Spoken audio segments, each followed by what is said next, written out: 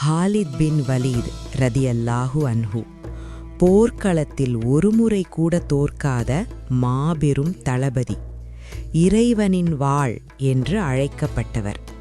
மக்கள் அனைவரும் அவர் தலைமை தாங்கினால் வெற்றி நிச்சயம் என்று நம்பினார்கள்.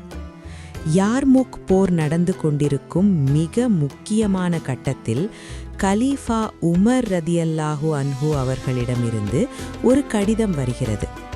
ஹாலித் பின் வலீதை தளபதி பதவியிலிருந்து நீக்குகிறேன், அவருக்கு பதில் அபு உபைதா தலைமை தாங்குவார்.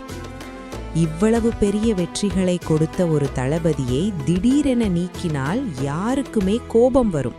ஆனால் ஹாலித் ரதியல்லாஹு அன்ஹு அவர்கள் என்ன செய்தார் தெரியுமா? சற்றும் தயங்காமல் தன் தலைப்பாகையை கழற்றி அபு உபைதா ரதியல்லாஹு அன்ஹு அவர்களிடம் கொடுத்துவிட்டு ஒரு சாதாரண வீரனாக போர்க்களத்தில் இறங்கி போரிட்டார். ஏன் இப்படி செய்தீர்கள் என்று கேட்டபோது அவர் சொன்ன பதில், நான் உமருக்காக போரிடவில்லை, உமரின் இறைவனுக்காக போரிடுகிறேன். நான் தளபதியாக இருந்தாலும் வீரனாக இருந்தாலும் என் நோக்கம் இறைவனின் திருப்தி மட்டுமே. இதன் மூலம் நமக்கும் ஒரு பாடம்.